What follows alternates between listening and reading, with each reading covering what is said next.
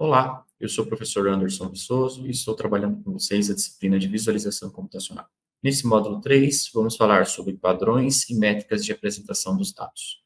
Nesta unidade 1, falaremos sobre padrões cognitivos para a apresentação dos dados. A percepção e a visualização dos dados, né? Então, a gente precisa entender um pouquinho como que o ser humano, de forma geral, ele absorve, processa, capta as informações que são apresentadas para nós, né, visualmente, nessa forma de gráficos, de painéis, né, de mapas, e tudo isso que a gente vem conversando durante a disciplina, tá? Então, o que é a percepção? Percepção é a maneira como as informações sensoriais são organizadas, interpretadas e conscientemente experienciadas. Tá? Então, essa é a ideia, a nossa percepção sobre alguma coisa. Né? Isso diz muito para a gente, né? Como nós interpretamos essas informações, isso faz com que a gente entenda, né, ou como a gente reage às interações com o nosso mundo, com as informações que a gente recebe. Tá? Então, isso é bastante importante, a gente tem que aprender a entender como isso funciona para que a gente tente minimizar alguns desafios, que a gente vai falar um pouco também, e maximizar os resultados esperados nas visualizações de dados, visualização computacional de forma geral, tá? Então, a gente vai lidar com esses sentidos humanos aí dentro da percepção, né, que geram esses sinais no ambiente, como visão, audição, tato, olfato, paladar, né? De forma geral, a gente fica mais concentrado na visão e na audição, né? Muito mais concentrado na visão e um pouco na audição para a gente tentar alcançar aqui uma melhor absorção das informações que estão sendo mostradas por meio dessas técnicas de visualização de dados que a gente vem conversando, tá? Nas últimas aulas, e a gente ainda tem um caminho ainda durante a disciplina para percorrer. Bom, o cérebro humano, então, ele processa informações visuais, né? E a forma que ele faz isso afeta a nossa interpretação dos dados, né? A gente vai entender isso com clareza durante essa aula, né? Quando a gente tiver mais exemplos, mas a gente já sabe que isso é verdade, né? Que isso é um fato, que o cérebro humano afeta, ele processa essas informações e como ele processa afeta o jeito que a gente entende essas informações, como a gente vê as imagens, como a gente vê a tela, tá? Alguns princípios, por exemplo, da pré-atenção. Isso então, é interessante a gente saber, né, que são os elementos visuais que se destacam imediatamente. Então, antes da gente perceber, antes da gente se concentrar, antes de qualquer coisa, o nosso cérebro já está trabalhando. Né? Então, essa ideia de pré-atenção é essa. Quando a gente olha uma imagem, quando a gente olha um formulário, quando a gente olha uma tabela, olha um painel de visualização de algum conjunto de dados, existe já esse mecanismo de pré-atenção, onde o cérebro já está trabalhando, né? Ele já vai olhar, já vai pedir para os nossos olhos a focarem em algum item específico, né? E onde está o nosso trabalho? O nosso trabalho é em destacar o que a gente acha que é mais importante nesses dados, nessa contação de histórias, como a gente viu na aula anterior, né? Como que a gente vai destacar o que a gente quer para o usuário? A gente vai conversar um pouco disso, né? O nosso público final, a gente vai conversar um pouco disso nessa aula de hoje, tá?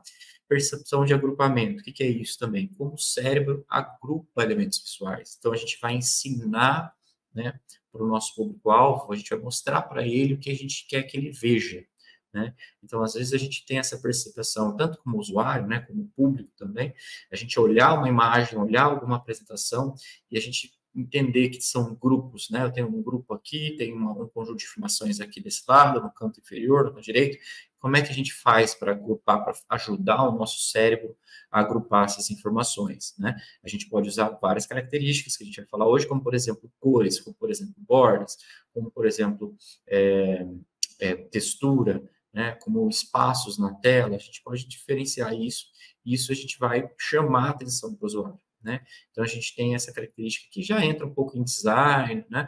Na área também de design de aplicações, a gente tem essas técnicas que são aplicadas, né? Página web, então, marketing e outros, tá? E a ideia também de memória visual, como um princípio aí de como o cérebro processa informações, que indica como as pessoas se lembram dessas informações visuais, né? A gente já vem falando um pouquinho para trás aí da memória, né? De como fazer com que o público-alvo guarde essas informações, armazene essas informações, né? Por mais tempo. E a gente vai trabalhar um pouquinho, então, desses princípios nessa aula de hoje, tá? A percepção e a visualização de dados, continuando, a gente pode ter, então, a ideia de representações visuais de objetos que podem ser mal interpretados, tá?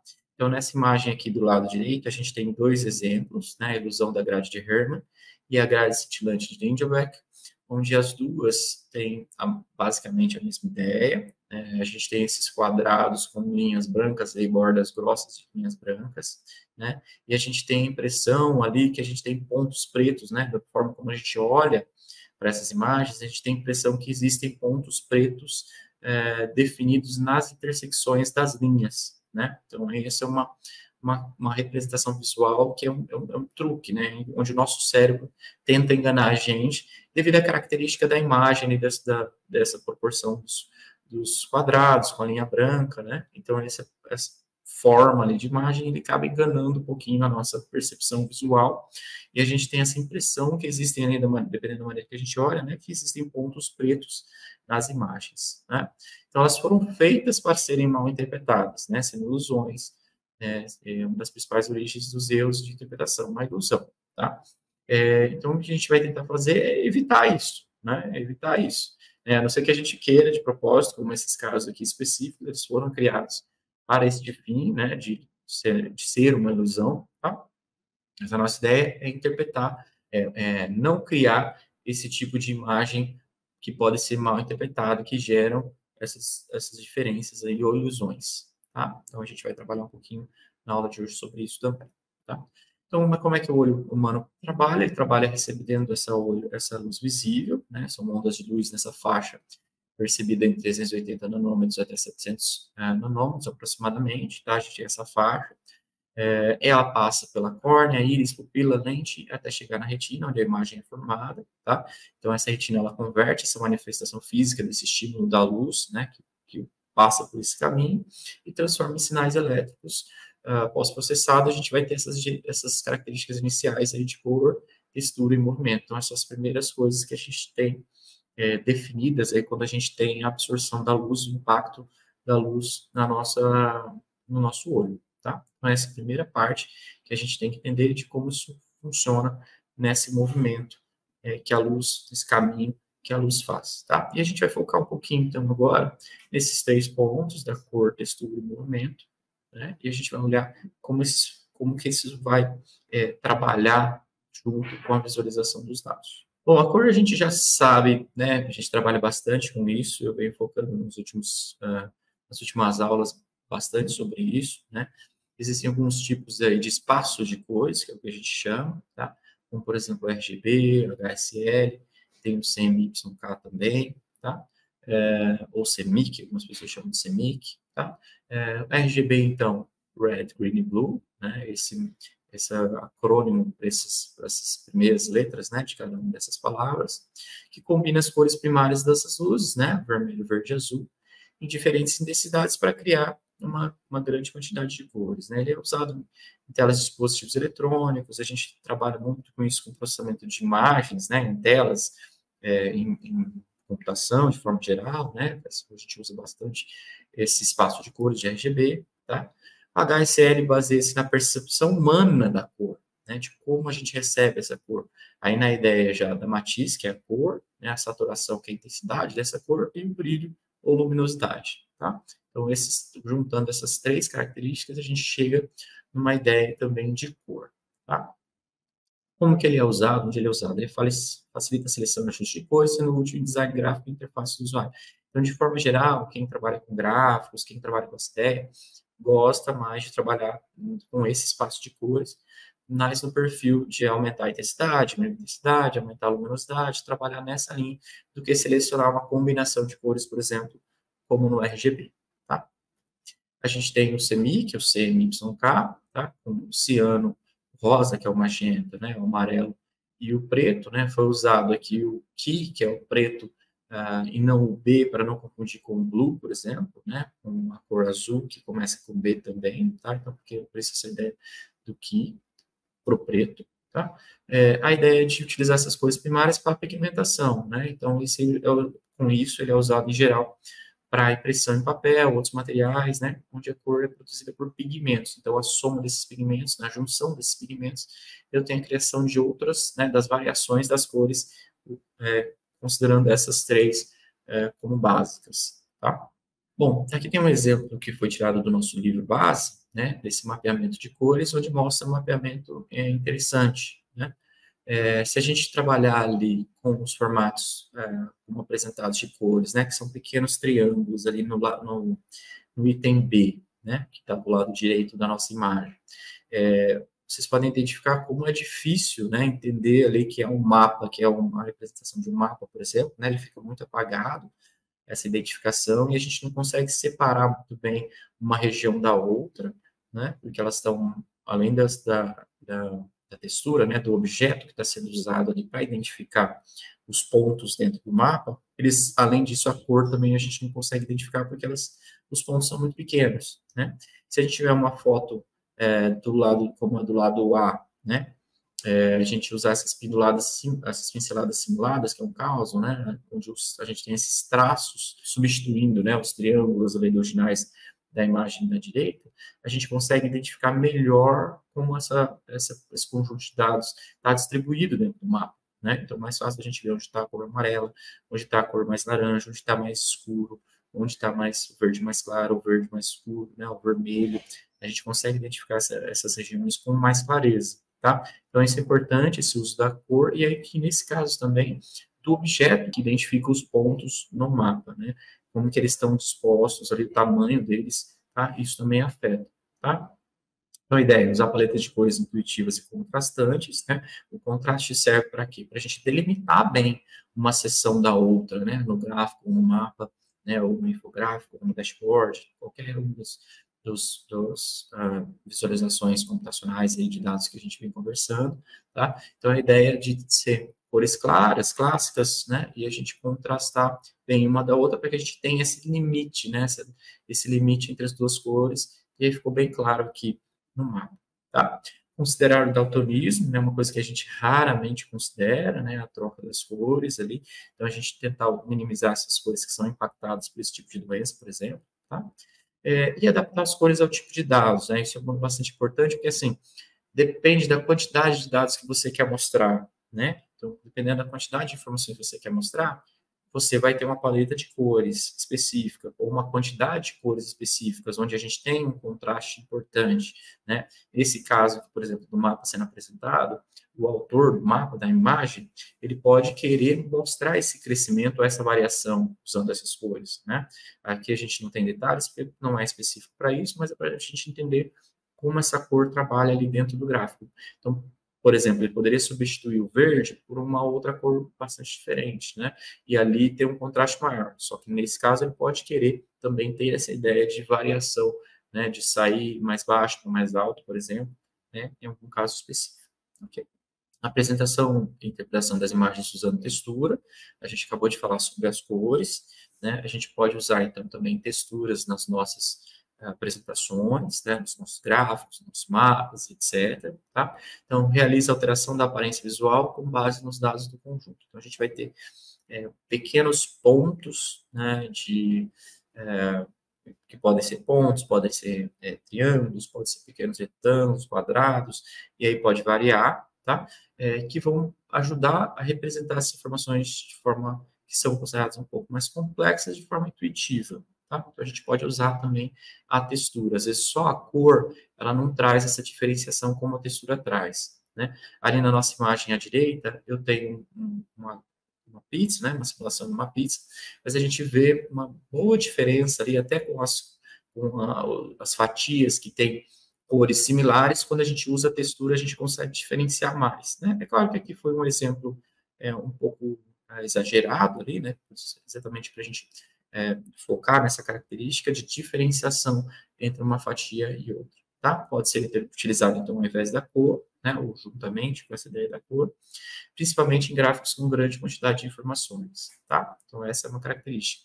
E a gente adiciona uma dimensão visual, né? A gente pode usar mais variações ali de imagens no nosso gráfico, a partir do momento que a gente insere textura para ajudar na nossa apresentação. Tá? Temos a ideia de movimento também, né? Então, já em painéis interativos, por exemplo, né? Em apresentações, em mapas, por exemplo, né? A gente pode usar em mapas a ideia de movimento para mostrar é muito comum a gente ver nos jornais de televisão, né, quando vai falar sobre o clima, né, a previsão do tempo, a gente tem ali um mapa e tem um pequeno movimento indicando o movimento das nuvens, indicando o movimento do sol, o calor, etc. Então, ali a gente consegue já entender bem claramente qual é essa ideia, né, da apresentação de dados, né, a visualização de dados usando o movimento, né, então com aquele fluxo de imagens ali que é apresentado, a gente vê para onde a nuvem está indo, para onde a chuva está se direcionando, para onde o frio está indo, né, se está indo ao contrário, ou a favor ali, de uma rajada de vento, alguma coisa desse tipo, tá? Então eu posso usar isso para mostrar a evolução dos dados ao longo do tempo, tá? Então é importante. Facilita a compreensão de processos dinâmicos, então acho que essa é a grande característica, né? Facilitar essa compreensão com esse processo que tem uma evolução ali, que é dinâmico, né? Que acontece durante o tempo, tá? Cria visualizações mais engajadoras, esse é um dos objetivos também nosso dentro dessa disciplina, né? Criar uma visualização mais engajadora. As pessoas se engajam mais, prestam mais atenção, observam com mais calma quando a gente tem um movimento, né? Tem aquilo, né? E são utilizados para visualização de fluxo, né? Mostrando a direção no caminho, às vezes com uma seta, né? Com uma flecha indicando o caminho de alguma coisa, dados saindo de um lugar, chegando em outro, alguma característica, né? Gráficos de trânsito, de mapas, né? É bastante comum, ok? E a gente tem diversos tipos de movimento, deixei alguns aqui, por exemplo, animações, né? Então, essas, como a gente veio citando aqui no slide anterior, algumas animações, como transições, né? Sair de um evento e para outro evento, né? Uma transição, uma troca, né? De alguma forma para outra forma. Ela vai chamar a atenção do usuário, vai chamar o olho do usuário, o cérebro do usuário para a atenção dele para aquele ponto. Né? Então, como a gente conversou na aula de hoje, é importante que a gente tenha esse tipo de característica, a gente indique para o usuário o que a gente quer mostrar, o que é para ele olhar. Né? A gente que vai falar para ele o que é para ele olhar. Né? Então, com isso aqui, a gente tem mais certeza e assertividade, né? Dele olhar para onde a gente quer e dele absorver esses dados de forma mais clara e objetiva. Tá? Além disso, as interações, né, do usuário estar no controle, ele pode interagir, ele está com esse controle dos dados, então ele vai clicar, ele vai arrastar, ele vai puxar, ele vai ter essas interações em tempo real, ele vai direcionar a atenção dele para aquelas interações durante esse manejo aí, né, da nossa visualização de dados. Bom, aí vamos falar um pouquinho sobre os nossos desafios, tá? Desafios na visualização. Eu acho particularmente muito legal essa parte de desafios, né? A gente vai conversar um pouquinho aqui na aula de hoje, e como que a gente vai trabalhar para sobrepor, né, para passar por cima desses desafios, tá? Então, por exemplo, né, como é que o nosso sistema visual, quais são os desafios relacionados ao nosso sistema visual, tá? O nosso sistema visual ele tem uma capacidade de atenção limitada, né? A gente tem um cérebro que gosta de foco, né? Ele gosta de olhar para detalhes, né? E a gente tem essa capacidade de atenção limitada. Então, baseado nisso, que a gente já considera isso como fato, né? O que a gente pode fazer na nossa visualização para que o usuário fique concentrado naquele ponto ou absorva aquelas informações, tá? Então, baseando nisso, né, a gente já sabe que o cérebro não consegue processar todos esses detalhes, né, de visualização complexa de forma simultaneamente. Com certeza já aconteceu com você, gente, que é o seguinte, você olhar uma imagem, olhar um gráfico, bater o olho e falar, nossa, está estranho, não estou entendendo, ou tem muita informação, não estou absorvendo, demora, ali se concentra, né, até fecha o olho para dar o foco em algum ponto específico, e aí é importante que vocês entendam que essa é a primeira dica que aquela visualização não está legal, né? Então, essa é a primeira dica. Se acontecer isso com vocês, é a primeira dica que vocês vão bater, vão olhar e falar, nossa, essa tabela está estranha, né? Ou está faltando alguma informação aqui, não tem uma associação, não tem uma relação entre essas variáveis, tá? Então, isso é normal de acontecer com a gente, todo mundo já deve ter passado por isso, tá? Porque o nosso cérebro tem uma capacidade de atenção limitada, não consegue processar tudo ao mesmo tempo. Então, a gente tem que ir em focos, né, e agrupando para que o cérebro absorva de forma mais fácil, tá? Então, focar em elementos específicos é o que a gente chama de acuidade visual, tá? E pode levar à perda de informações importantes quando a gente não tem essa visualização muito bem definida, né? Porque a gente vai focar e pode perder alguma coisa ali pela quantidade ou pelo número de cores, né? A gente vai falar um pouquinho sobre isso ainda, tá? A dificuldade de distinguir cores e padrões, né? Variações sutis de cores ou padrões podem ser perceptíveis, né? O que quer dizer isso? Se a gente varia muito pouco, né? Quando a gente tem um verde muito claro para outro verde claro, às vezes a gente não consegue identificar ali dentro do nosso gráfico, né? Quando o gráfico, por exemplo, ele tem muitas variáveis, a gente quer mostrar um gráfico de barras, por exemplo, e a gente define uma cor para cada um, ali tem uma variação muito pequena entre a outra, é difícil da gente saber, peraí, essa aqui é a variável peso ou essa aqui é a variável idade, né? Porque elas são tão próximas ali, olhando no gráfico como um todo, esse contraste é tão baixo que a gente não consegue identificar, tá? Essa variação sutil a gente já falou um pouquinho anteriormente também. Então, dificulta a identificação dos grupos ou tendências nos dados se a gente tiver essa variação sutil aí de cor ou padrão. Tá? E podem causar também, né, ao nosso sistema visual a ilusão de ótica, a gente falou um pouquinho antes sobre isso, mas a gente mostrou alguns exemplos, tá? E o cérebro pode interpretar erroneamente essas informações, né? Que é um dos piores casos, né? A gente mostrar para o nosso usuário uma informação que a gente não quer, que está errada, né? Ele entender errado a nossa visualização de dados, a nossa visualização computacional, tá? E aí, focando um pouco mais, saindo do nosso sistema visual, entrando para a nossa acuidade visual, né, que é a nossa capacidade de focar em detalhes, né, distinguir esses detalhes e padrões, ela varia de indivíduos, né, e diminui com a idade, isso é normal, tá? Então, com uma idade maior, mais avança, a gente tem uma diminuição na acuidade visual. O que isso quer dizer? Por que isso é importante para a gente aqui, professor? Para que serve isso? Quer dizer que se a gente conseguir responder aquelas perguntas que a gente vem conversando com o tempo, né, de gente, qual é o nosso público-alvo? Se é um público-alvo com uma idade mais avançada, a gente tem que tomar cuidado com informações em detalhes muito pequenos, cores, né, distinção das cores, ainda mais, né, a gente tem que tomar ainda mais cuidado com isso, tá? Então, por isso que é importante a gente lembrar, tá? Por isso que esse ponto está destacado aqui. Tá? Isso implica na nossa visualização de dados, né? O tamanho e contraste dos elementos visuais, né? Falei um pouquinho aí hoje. Limitar a quantidade de informações em uma única visualização, né? Às vezes é importante a gente dividir em duas, três, né? Três painéis, três imagens, três gráficos, né? A gente diminui em vários. Considerar as condições de apresentação dessa visualização, a gente não falou disso ainda, né? Então, isso é uma coisa que a gente tem que lembrar, como é que vai ser? Qual o ambiente que eu vou estar? Né? Qual o tamanho da tela? Qual é o papel? Como vai ser impresso? Qual o tamanho desse papel? Né? Qual a iluminação no ambiente de apresentação? Né? Onde eu vou estar? Pode considerar até barulho, pode considerar outras coisas que, dependendo do público-alvo, não vai absorver aquela visualização daqueles dados. Tá? Então, é importante a gente lembrar de todos esses pontos aqui. Bom, aqui a gente tem um pouquinho mais também sobre desafios, mas falando mais na estética. Tá? O que é estética? Estética é quão bonita está a nossa apresentação, a nossa visualização dos dados. Tá? Ela atrai atenção e aumenta o engajamento do público-alvo em relação aos seus dados. Tá? Facilita a compreensão e memorização das informações. Eu gosto de focar muito nisso, da ideia de memorização.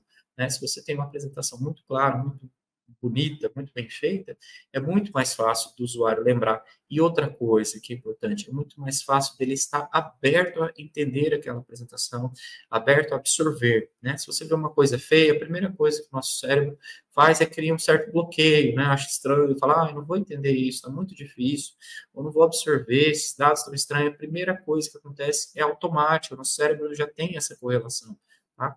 Se tiver mais bonito, mais bem feito, usando cores, né? Isso é muito comum de ser mais fácil, do usuário estar mais aberto a entender e a memorizar aquelas informações, tá? Criar essa experiência visual agradável, é isso que a gente está falando, tá? E a gente pode usar cores, formas, textura, tipografia, né? O que é tipografia? Tipografia é usar a fonte correta, a fonte do texto, né? Como aquela fonte é escrita, né? A forma da escrita, tá?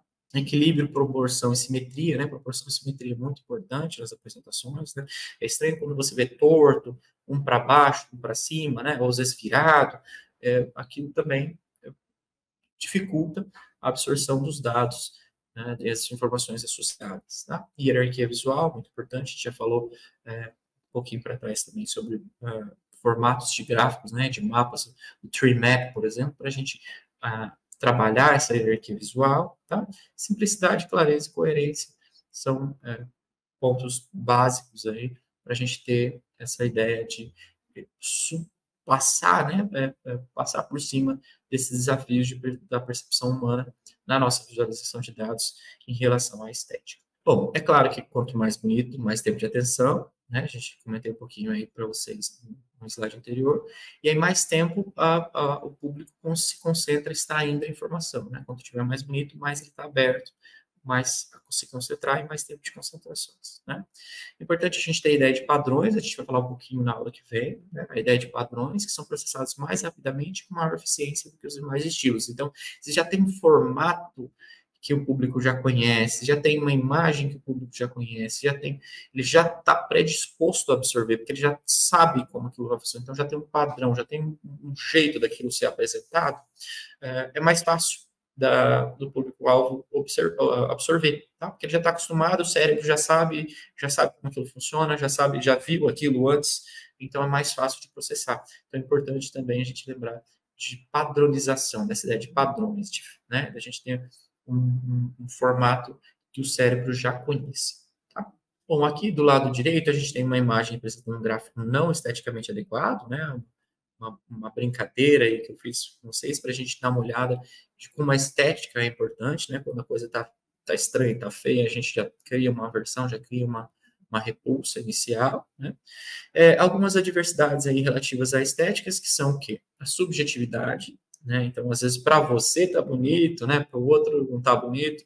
Tem um pouco da subjetividade em relação à estética, tá? Então, ou pode estar muito claro para você e para outra pessoa não está muito claro. Então, tem essa questão da subjetividade. Isso sempre vai ter em todas as nossas discussões de visualização dos dados. A gente sempre vai ter isso, tá? Essa ideia de subjetividade. A nossa ideia é tentar minimizar isso, né? Deixar menos esses conceitos de subjetividade aparente, né? Tentar deixar mais claro, direto, as informações mais claras e diretas para que a gente tenha menos problema com essa diversidade aí da subjetividade, tá? Tendências ao modismo, né? Você pode ter lá um conjunto de dados, por exemplo, muito antigo, ou de um formato que era usado antigamente, de um tipo de gráfico que era usado antigamente, e hoje já não é mais difícil das gerações mais novas entenderem, conhecerem, né, ou ter esse fato bem claro ali para eles, né, o que é isso, ou ter, às vezes, alguma brincadeira, um meme, né, que é comum hoje em algumas apresentações, por exemplo, às vezes é uma coisa muito antiga e, dependendo do público-alvo, as pessoas não vão entender, não vão absorver aquela ideia, tá? Então, tomar cuidado com isso também. Aí tem a ideia de equilíbrio de estética e função, né? Isso é muito legal da gente lembrar desse ponto. Por quê? Porque às vezes a gente quer deixar tão bonito, tão claro, tão legal, que a gente acaba perdendo a função daqueles dados, que é o mais importante, né? Ou até a correteza, né? Quanto aqueles dados estão corretos, né? Extrair dados dali que são importantes, não mostrar esses dados, que falam, não, eu vou colocar mais bonito, vou deixar desse jeito, daquele jeito, mas aí a gente perde informações para apresentar informações úteis, que era nosso objetivo inicial, tá? E também a gente tem outro ponto que raramente as pessoas pensam que são cultura e contexto, né? Às vezes você vai para a apresentação de dados num país, né? A nossa área aí, por exemplo, da computação, é uma área que é muito comum, as pessoas trabalharem remotamente ou trabalharem em computação, ela é basicamente igual no mundo inteiro, né? Fazer apresentação de dados para outras pessoas de outras culturas, tem que tomar cuidado com isso, porque às vezes uma imagem é muito utilizada no Brasil, ou no formato, ou no termo é muito utilizado, ou até um número, né? Cor, alguma coisa desse tipo, em outra cultura aquilo não é bem aceito, né? Não é bem aceito, e a gente tem que pensar nisso também, uma coisa que raramente as pessoas pensam, né? E no contexto que está sendo aplicado, né? Depende de como aqueles dados estão sendo apresentados, qual o contexto, tá? Isso é importante a gente lembrar. Bom, e aí a gente já caminhando um pouquinho aqui para o final da nossa aula de hoje, falar sobre o engajamento. O engajamento está muito associado com os outros itens que a gente já falou anteriormente, né? Em geral, ele acontece em dois estágios, um estágio da orientação, que direciona o foco e a atenção para locais específicos da imagem. Então, a gente vai orientar, né? A gente vai usar informações dentro da nossa visualização de dados para direcionar o engajamento do usuário, né? A atenção do usuário para informações que a gente queira, tá? E o envolvimento, né, o segundo estágio, que incentiva o sistema visual a observar detalhes específicos, né? Lembrando que mais engajamento, maior lembrança, né? Mais bonito, mais tempo de atenção, mais engajamento, mais tempo de memorização, de lembrança daquilo lá, tá? Então, dois estágios, né? Primeiro a orientação, com foco e atenção, depois o envolvimento, que é definir ali uma área do sistema visual vai observar para detalhes específicos, né, para ter esse engajamento maior do público-alvo. Quais são as adversidades aqui associadas? A gente tem o quê? Concorrência por atenção, né? Então, às vezes você cria uma apresentação onde tem uma estrela piscando, o outro lado está uma imagem muito forte, com a cor em vermelho, por exemplo, outro texto em negrito, então é muita informação concorrendo pela atenção do usuário, né, sem um fluxo, sem, por exemplo, a ideia do data storytelling, sem um fluxo, né, de onde as informações vão, como aquilo acontece, como aquela história toda, ela é desenvolvida, então pode concorrer pela atenção do usuário, e o usuário, no final de contas, pode não lembrar de nenhum dos pontos que a gente queria, né, se a gente tivesse a concorrência, tá? Quando os dados forem muito abstratos, é difícil engajar o público-alvo, né? Um dado de forma muito geral, assim, muito abstrata, muito genérica, informações muito que a gente não consegue ter detalhes, né? Aí é mais difícil do usuário entender, ou ele vai achar muito vazio, não vai conseguir prender a atenção dele, né? Um dos pontos também de falta de engajamento, né, de adversidade em relação ao engajamento do nosso público-alvo, a nossa visualização de dados, é a falta de interatividade, né? Então, às vezes, a gente pode adicionar interatividade, a gente vai ter um engajamento melhor, né? Um clique, um arrastar, né? Como eu citei também na outra aula, acho que foi, se a gente falando sobre museus, né? A gente tem essa muito, hoje, interatividades em museus, a gente tem essa ideia do usuário mexer, de arrastar, de puxar, de clicar, né? De pegar, então aquilo engaja muito mais o público-alvo quando a gente tem essa ideia de interatividade, tá? Bom, eu deixei aqui um exemplo muito legal para a gente conversar um pouquinho, né? Sobre um pouco de tudo que a gente viu na aula de hoje, né? Desse nosso sistema visual e todas essas características, né? E, na verdade, a gente tem um exemplo inadequado aqui na figura 5, né? Ali uma imagem de um gráfico que apresenta a altura das mulheres por país, né? A altura média das mulheres por país, né? Inicialmente, a ideia de usar os bonequinhos das mulheres parece atrativa aos nossos olhos, parece legal, né? À primeira vista. Qual que é o problema desse gráfico aí, né? Para vocês pensarem um pouquinho, qual é o problema desse gráfico? O problema desse gráfico é o quê? Quando a gente olha para um bonequinho que representa ali o país da Índia, ele aparentemente tem menos da metade ali do tamanho dos outros países, né? Que quando você olha no mundo real, isso não acontece, né? Então dá essa impressão que no mundo real a gente também tem isso. Na Índia as pessoas são muito pequenas, né? Por que isso acontece? Porque a gente está começando no gráfico ali a partir do item 5, ali, do valor 5 até chegar no 5,7. A gente não está trabalhando isso a partir do zero, né? Então esse é um problema que está claro nesse gráfico. Quando a gente anda para a direita, que a gente vai para a próxima figura, a gente tem a mesma ideia, né? Mas a gente começa do zero, aí com gráficos de barras. Mas qual que é o problema desse gráfico agora, né? Qual que é o problema desse gráfico? O problema desse gráfico aqui é que estão muito próximas ali as barras, é muito difícil de você identificar as diferenças entre uma barra e outra, né? Então elas são muito próximas, a gente não consegue identificar ali, porque está todo mundo acima dos 5.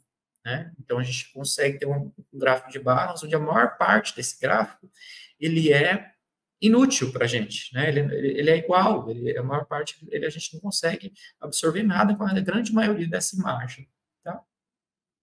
E aí, um gráfico à direita, o último gráfico, onde a gente tem já um gráfico um pouco mais assertivo para esse tipo, né, de dados, de conjunto de dados, onde a gente tem ali a identificação à esquerda ainda do nosso eixo Y, ali onde indica o tamanho, né? 5 pés, 5 pés, e a gente vai subindo até o conjunto todo, mas a gente tem já a identificação por país, por faixa de tamanho, né? Aí a gente consegue identificar que a Austrália, a Escócia e o Peru, eles têm a mesma altura média, né? A Latávia aí, né, está um pouquinho acima, né, dos outros, e a Índia está bem abaixo.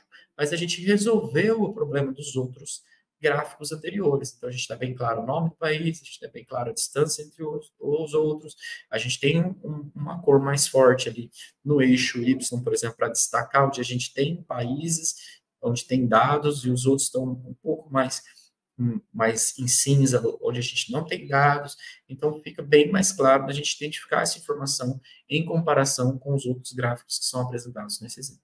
Tá? Acho que com isso a gente teve uma evolução legal aqui do gráfico 1 e 2 até chegar no 3 desses. Essas são as referências que a gente teve na aula de hoje, né? O nosso livro Brás e algumas outras. E aqui eu agradeço mais uma vez, a gente encerra mais uma aula. Bons estudos a todos.